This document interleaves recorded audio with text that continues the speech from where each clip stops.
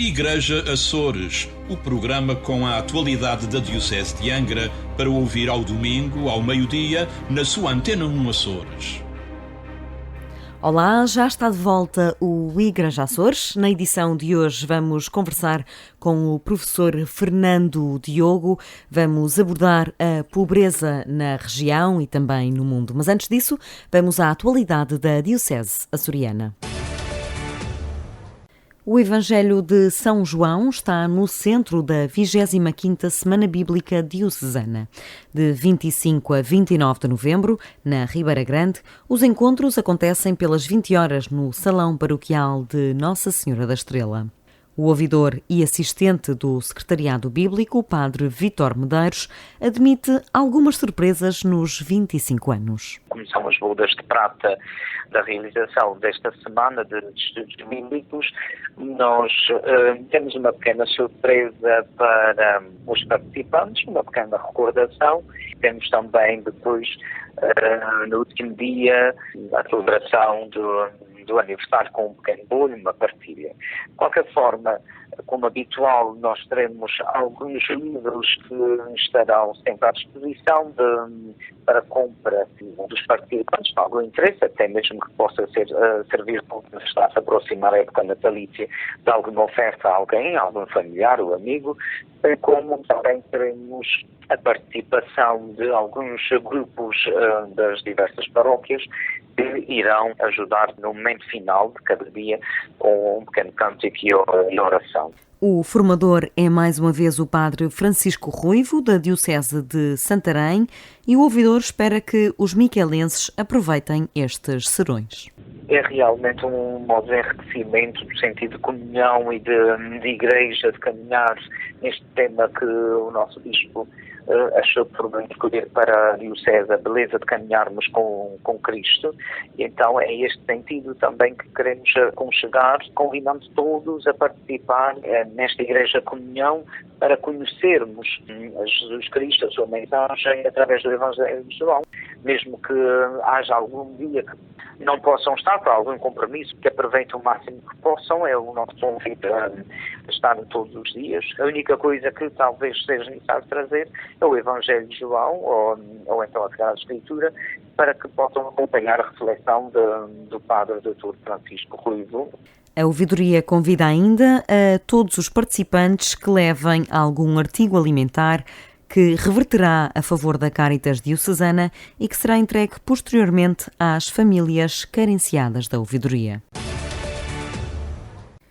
Com um corpo total de aproximadamente 100 catequistas, a ouvidoria de São Jorge promoveu na passada semana uma formação inserida no curso geral. Com cerca de 18 participantes, o objetivo é continuar a formar os catequistas jorgenses. Na administração de uma das disciplinas do curso geral catequético, mais propriamente na disciplina de catequética, que foi administrada pelo Padre Zé Henrique, da Diocese de Leiria Fátima. Então, já continuar assim o nosso objetivo de tentar, dar um curso geral às catequistas todas que quiserem ter que ainda não tiveram, para assim potenciarmos e aprofundarmos a formação das catequistas da nossa ouvidoria. Esta atividade desta semana foi a continuação do curso geral que já tínhamos iniciado no ano passado, com a disciplina de pedagogia. E assim, depois nos próximos anos, vamos fazer as disciplinas que faltam para assim completarmos o curso geral. Padre Rubén Pacheco, coordenador do serviço naquela ouvidoria, admite que as paróquias mais periféricas têm uma maior dificuldade em participar nas sessões. Existem várias atividades ao longo do ano aqui em São Jorge e também as catequistas que nós temos são pessoas assim, muito ocupadas, que têm várias iniciativas, quer a nível social, quer pelos seus trabalhos, pelas suas famílias, porque a nível de atividades tentamos, às vezes fazemos a nível do centro da Calheta, outras vezes conseguimos ter mais afluência, fazemos várias zonas, a zona do Conselho das Velhas, a zona da Calheta e a zona do Topo, é uma zona mais isolada da ilha, mas vamos indo devagarinho, os catequistas vão participando, vão tentando dar o seu melhor mas não é o ideal, mas vamos vendo alguns passos grandes. O sacerdote elogia, acima de tudo, o empenho dos catequistas. Está, portanto, dada a disciplina de catequética, mas em São Jorge e em sintonia com o resto da Diocese, é urgente dar continuidade à formação. O Serviço Diocesano da Pastoral da Cultura, em parceria com a Universidade dos Açores, promove 2 encontros no âmbito da Caminhada Sinodal Diocesana e que vão abordar a Casa Comum. O primeiro acontece já na próxima terça-feira, 26 de novembro, em Ponta Delgada, num debate sobre economia, como adianta o responsável pela Pastoral da Cultura, Padre Ricardo Tavares. Também na sequência dos apelos de São Padre em relação à economia e à ecologia, nós decidimos juntar especialistas nas áreas de ecologia e economia com a Igreja para que nós nos escutássemos uns aos outros, porque no trabalho da Pastoral da Cultura, tanto a Igreja como os técnicos, escutando-se uns aos outros, acabam por se enriquecer. A Igreja enriquece porque ela está no mundo através dos especialistas cristãos, sacerdotes, também são especialistas, e também a Igreja aprende com o mundo quais são os seus anseios, as novas esperanças que têm, novas oportunidades.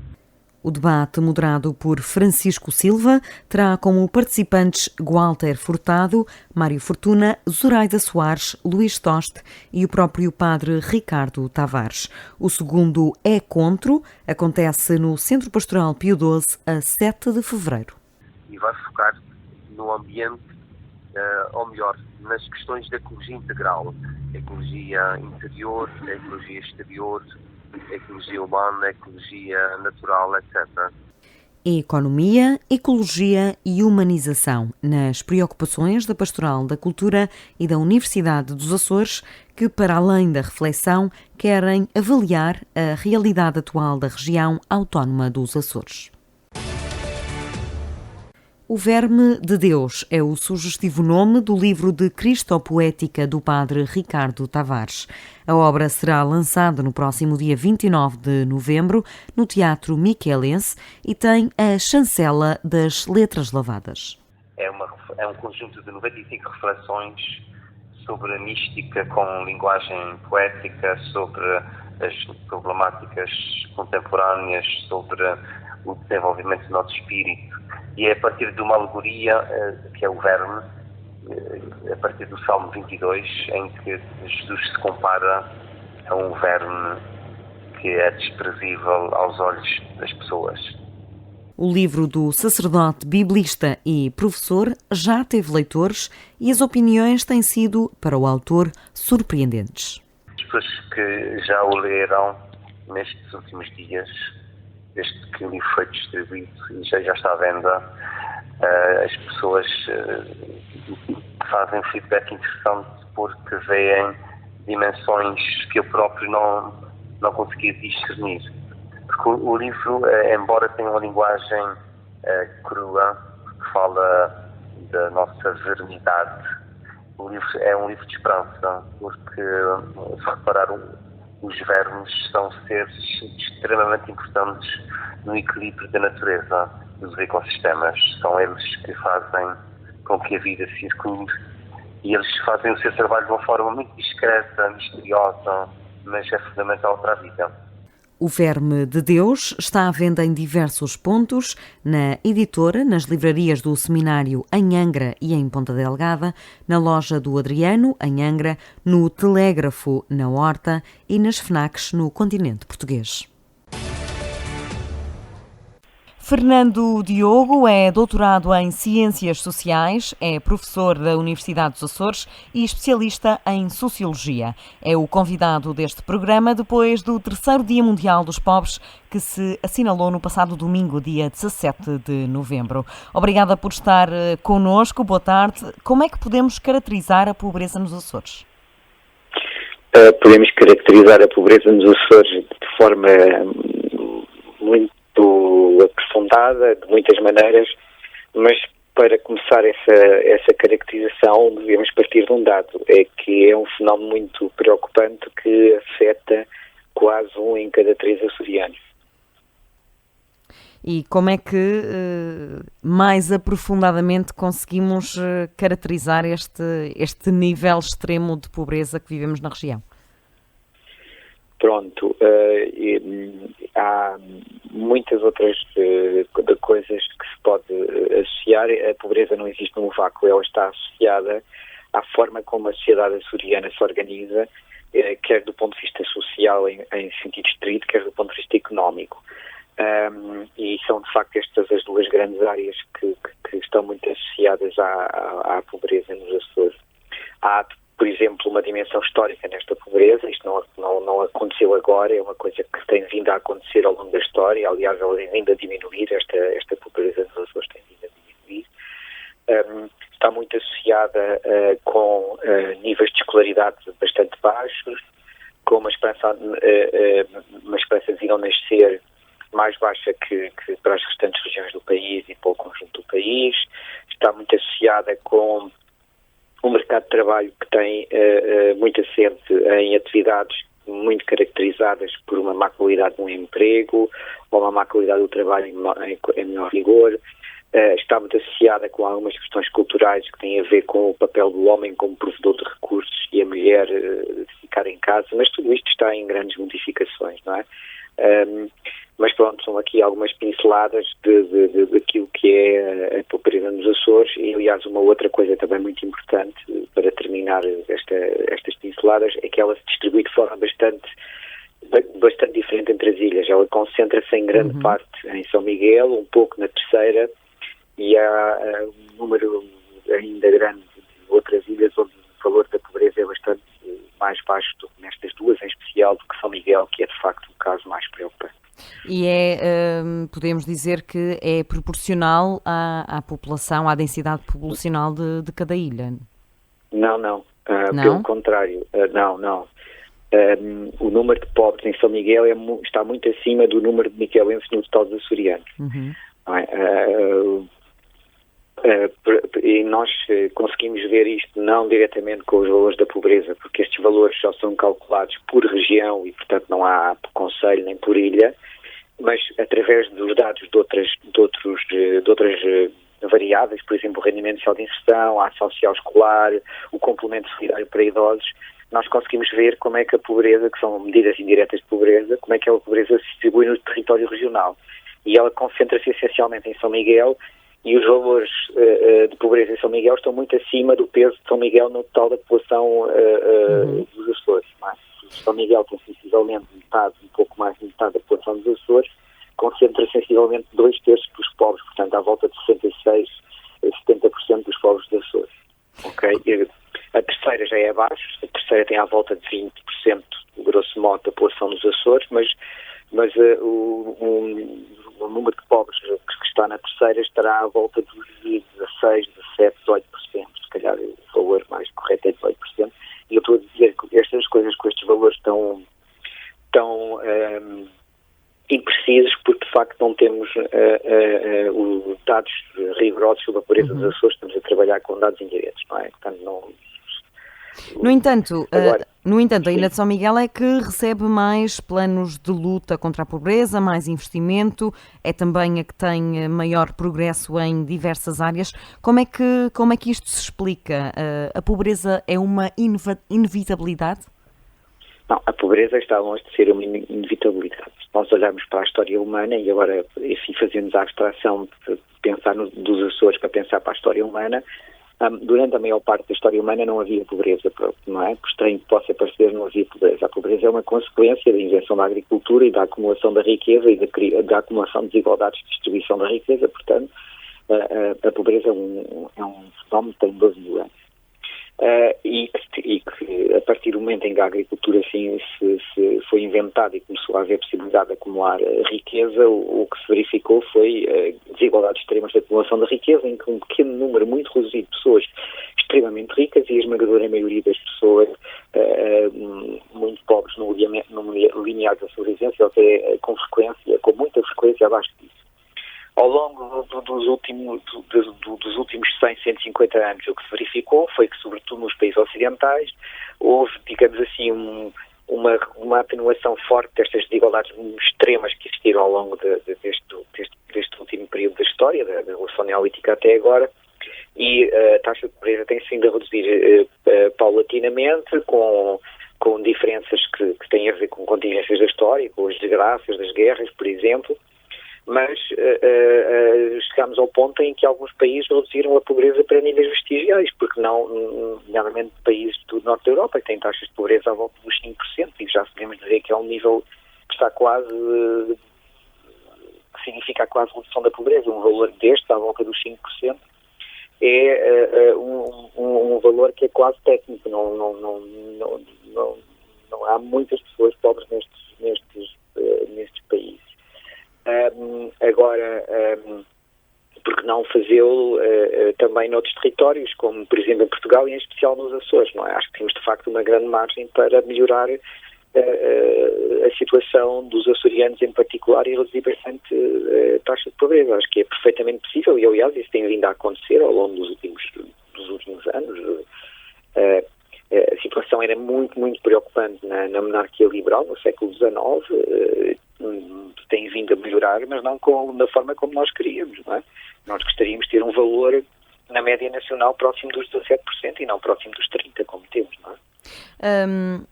O Papa Francisco diz que este aumento da pobreza no mundo se deve à falência de um modelo capitalista. O professor Fernando Diogo concorda com esta premissa do Papa Francisco? Não, por dois motivos. Primeiro, porque a pobreza não está a aumentar no mundo, a pobreza está a diminuir no mundo e de forma bastante evidente. Agora, há alguns sítios no mundo onde a pobreza está a aumentar, mas se nós olharmos para os valores globais do mundo, a pobreza tem vindo a diminuir muito ao longo dos últimos anos, sobretudo por causa de 2 ou 3 países que têm, de facto, conseguido reduzir muito a pobreza. E o caso mais de ponta, mais paradigmático, é a China, que conseguiu tirar mais de 500 milhões de pessoas da pobreza nos últimos 20, 30 anos. Portanto, só o peso da China explica boa parte do que se passa no mundo. Mas não é só a China. Se nós começarmos a olhar os números, de facto há um continente onde as coisas não estão a correr nada bem, que é em África. Apesar de haver casos pontuais de países africanos, como o Botsuana, por exemplo, que têm melhorado muito, o continente, de uma forma geral, se olharmos para os números, não tem conseguido acompanhar os outros na redução da grande redução de pobreza.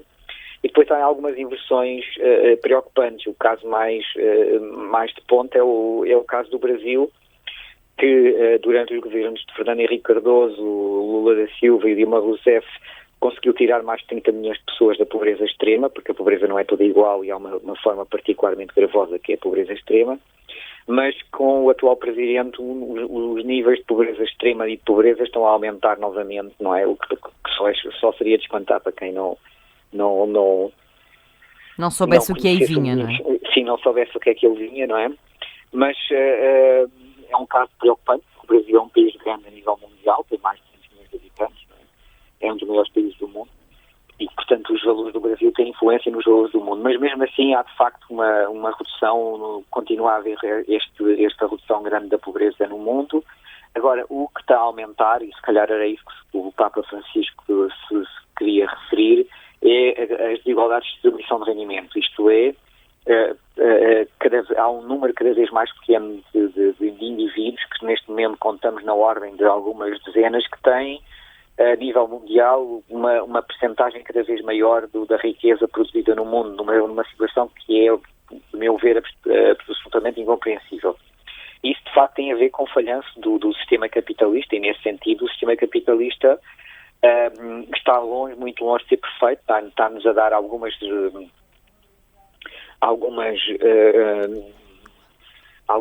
grandes amargos de boca, não é? Por outro lado, muito, para não dizer a esmagadora maioria das coisas que nós temos boas neste momento no mundo atual, nomeadamente, por exemplo, uma esperança de vida ao nascer que nunca foi tão grande como é agora. Basta pensar que, por exemplo, em Portugal, nos anos 20, a esperança de vida ao nascer eram 30 e tal anos, neste momento está acima dos 80, não é? O capitalismo deu-nos muitas coisas positivas, portanto, temos que, em relação a ele, ser um pouco ambivalentes, não é? Por um lado, há, de facto, uma dimensão positiva no capitalismo, nomeadamente o domínio do material. Por outro lado, há coisas bastante negativas no capitalismo, nomeadamente uma tentativa de transformar aquilo que é uma forma de organização económica numa forma de organização política. O capitalismo é bom para organizar a economia, mas não é bom para organizar a política, e que é a parte mais importante da sociedade, por muito que nós não gostemos da ideia, e não é bom para organizar outras esferas da vida social para além da economia, não é? E, portanto, o capitalismo tem que ter a trela. E sem capitalismo, sem trela, torna-se selvagem e provoca mais mal que bem. Aí, de acordo. Agora, se o capitalismo tiver a trela da política e da sociedade, é uma ferramenta bastante revolucionária e bastante útil ao serviço da humanidade. Basta pensar que uma pessoa insuspeita de ter simpatias para o capitalismo, como Karl Marx dizia, que o capitalismo era o sistema económico mais revolucionário que a humanidade já tinha inventado, e com razão, não é? Por aquilo que o capitalismo trouxe de inovação e de melhoria na vida dos indivíduos. É claro que a partir do momento em que se quer tirar a trela toda, isto transforma-se o capitalismo num monstro. O capitalismo só funciona com trela, não é? Nós estamos a atravessar um momento de banalização da pobreza, ou estamos cada vez mais sensíveis a ela, socialmente? Pronto, eu não sei responder muito bem a essa questão. Tenho uma opinião que é mais a minha sensibilidade pessoal enquanto indivíduo e cidadão do que propriamente enquanto investigador e professor universitário. E é essa opinião como cidadão que eu posso dizer. Eu acho que no caso específico de Portugal e em particular dos Açores, há agora uma maior sensibilidade à pobreza, mas ainda não é a sensibilidade necessária para nós lidarmos com este problema. Especificamente no caso dos Açores, eu aproveito todas as oportunidades públicas que tenho para criticar as elites açorianas, onde se inclui, para além dos políticos, os jornalistas que têm a relevância a definir o que é ou não é notícia, os grandes empresários, os advogados, os professores. E esta crítica é no sentido de que as elites açorianas estão bastante preocupadas com a questão dos transportes, que de facto é uma questão importante, não há dúvida, mas essa preocupação é tão grande que esquecem outras questões que também são muito importantes. E não é tanto a pobreza, mas é uma questão que está a ela associada, que é a questão do problema da escolaridade dos açorianos, não é? Quer dos que estão na escola, quer dos que já concluíram a escola. Que o maior desafio ao desenvolvimento dos açorianos não é sequer, para mim, o maior desafio ao desenvolvimento da região não é sequer a questão da pobreza, é a questão da educação, e a educação por vários motivos, sendo que um deles, boa parte daquilo que é a pobreza se define pela ausência de educação ou pela muito baixa educação que as pessoas próprias têm nos Açores, não é? E, portanto, é preciso maior sensibilidade a estas questões da pobreza e da educação, ainda mais do que da pobreza, para, de facto, termos um modelo de desenvolvimento dos Açores que se afaste da construção da marina, da rotunda, aquilo que eu chamo um modelo de desenvolvimento rotundista. Bom, foi necessário, em dada altura, porque os Açores não tinham infraestruturas. Neste momento têm as infraestruturas que precisam de ter. Construir mais uma marina, como se construiu agora há pouco tempo aqui na Ilha de São Miguel, não acresce nada ao desenvolvimento dos Açores. É preciso ter noção que o desenvolvimento são as pessoas concretas, não são as infraestruturas. As infraestruturas estão lá para servir as pessoas, não são um fim em si mesmo.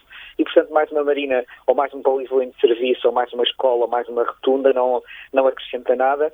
E o que nós temos assistido, de facto, é ainda uma grande obsessão das elites, e se vê-se, aliás, nos concelhos de ilha, onde, de facto, as reivindicações são reivindicações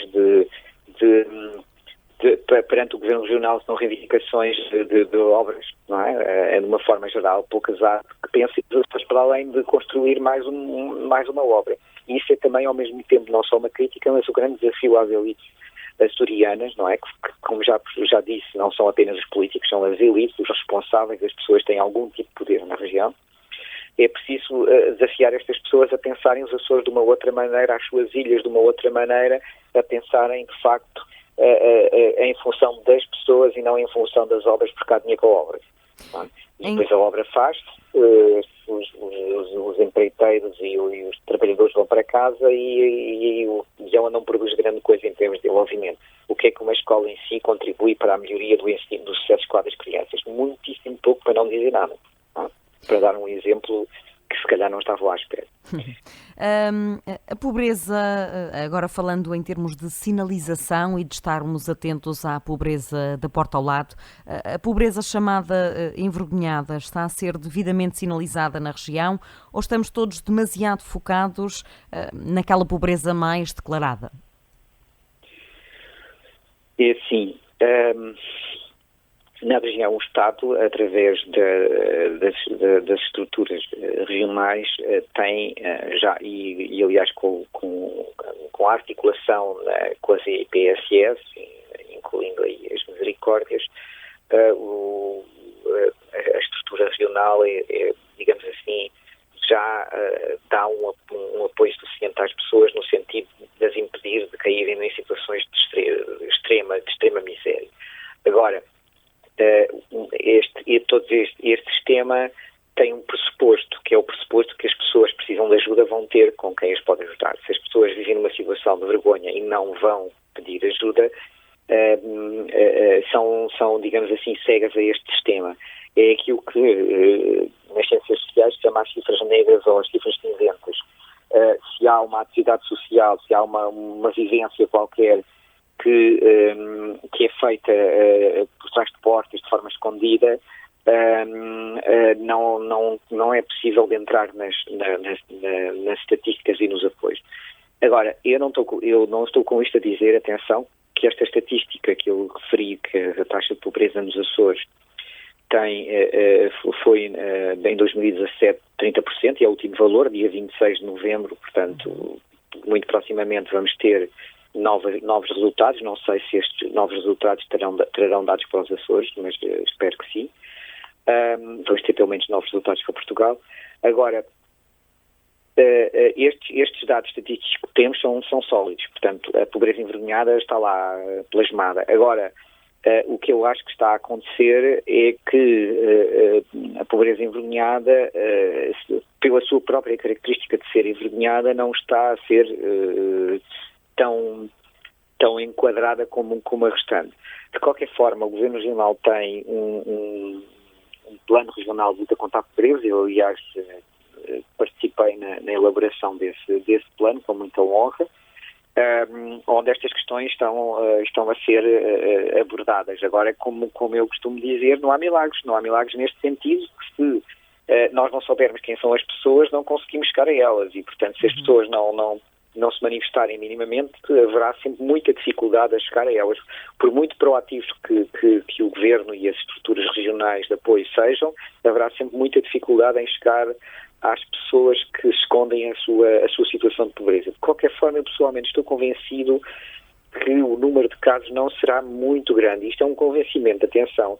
Estes casos existem, com certeza, e serão ainda no tal agregado algumas centenas, mas penso que não será um valor muito grande em relação ao total de pobres nos Açores, na medida em que a melhoria da situação económica que se tem verificado ao longo dos últimos 2 ou 3 anos tem permitido atenuar, em primeiro lugar, estes casos de pobreza envergonhada, que estão mais associados às classes médias, e as classes médias têm alguns recursos que lhes permitem sair mais facilmente das situações de pobreza em que caíram durante a crise do que as pessoas que vivem mesmo no fundo, não é? Têm situações mesmo mais dramáticas, porque, por exemplo, não têm qualquer escolaridade e mal sabem fazer uma tarefa qualquer que ela seja diferente de andar a servir mestres ou a dar dias na agricultura, portanto, na lavoura ou coisas assim, não é? À Igreja não compete uma decisão política, mas cabe-lhe um papel mais doutrinal. Qual é a ação que se impõe à Igreja perante a pobreza que se vive nos Açores? Pronto. A pobreza é uma coisa que está muito presente na Bíblia, todos nós sabemos, portanto, e isso implica que a Igreja tenha um papel especialmente, implica não que a Igreja tenha um papel, mas implica que a pobreza tenha um papel importante na ação da Igreja, não é? Parece-me que isso está a ser feito através das IPSEs que estão articuladas com a Igreja em sentido lato, mas também é um trabalho, digamos assim, da hierarquia que enquadra o povo católico. Tanto quanto eu sei, isso é uma preocupação da Igreja, tem tido vários contactos com a Diocese as coisas estão também a ser desenvolvidas nesse sentido. É claro que há sempre a oportunidade para fazer mais e o que se pede à Igreja, creio eu, o que se pode pedir à Igreja neste momento é que continue este processo, por um lado, de reflexão para saber o que é que há de fazer e, por outro lado, um processo de ação. Não é? Há papéis que a Igreja cumpre bem, que são papéis tradicionais, que têm um cariz mais caritativo, não é, em sentido popular do termo. Isso é algo que é preciso ser feito, porque as pessoas estão pobres e têm fome agora e é preciso terem comida agora e, portanto, essa dimensão tem que ser claro, trabalhada e a Igreja trabalha. A dimensão assistencialista.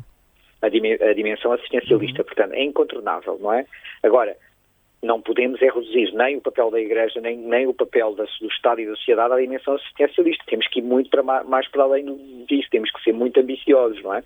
E, portanto, procurar organizar, refletir e organizarmos de maneira a produzirmos ações que tenham um papel que permitam verdadeiramente retirar as pessoas da situação de pobreza. E eu acho que a Igreja Católica está nos Açores, neste momento, já desenvolve algumas ações através desta coisa, por exemplo, desta ideia, não é? Por exemplo, muito trabalho da Cáritas da Ilha Terceira ou muito trabalho da Cáritas em São Miguel, para dar 2 exemplos de organizações ligadas à Igreja Católica, mas há muito trabalho, nós olhamos à nossa frente, vemos muito trabalho para fazer, é até entusiasmante o leque de possibilidades que a Igreja tem para se envolver na promoção dos indivíduos e, digamos assim, superar uma perspectiva apenas assistencialista. Neste sentido, há todo um manancial de atividades e há algumas organizações como estas que eu citei e mais outras que são, digamos assim, exemplos do que a Igreja tem para si própria, do que é que pode fazer para ir para além do assistencialismo, porque, de facto, também não há milagres novamente neste sentido, de que se as pessoas não tiverem noção do que é que pode ser feito, de como é que devem fazer, ou seja, se não tiverem informação, se não tiverem formação e exemplos, não vão conseguir fazer diferente. E é uma das coisas que já existe na Igreja, são exemplos. Agora resta haver formação e informação para que os atores da Igreja, que não são apenas os padres, não é? Para que os atores da Igreja possam fazer diferente para além da dimensão assistencialista, sem, claro, esquecê-la, que também é importante. Professor Fernando Diogo, o nosso tempo esgota-se rapidamente neste espaço de entrevista. Resta-me despedir-me de si, agradecer-lhe pela sua colaboração neste Igreja Açores. Obrigado. E o Igreja Açores regressa na próxima semana com mais um convidado especial e com mais atualidade da Diocese de Angra. Igreja Açores, o programa com a atualidade da Diocese de Angra para ouvir ao domingo, ao meio-dia, na sua Antena 1 Açores.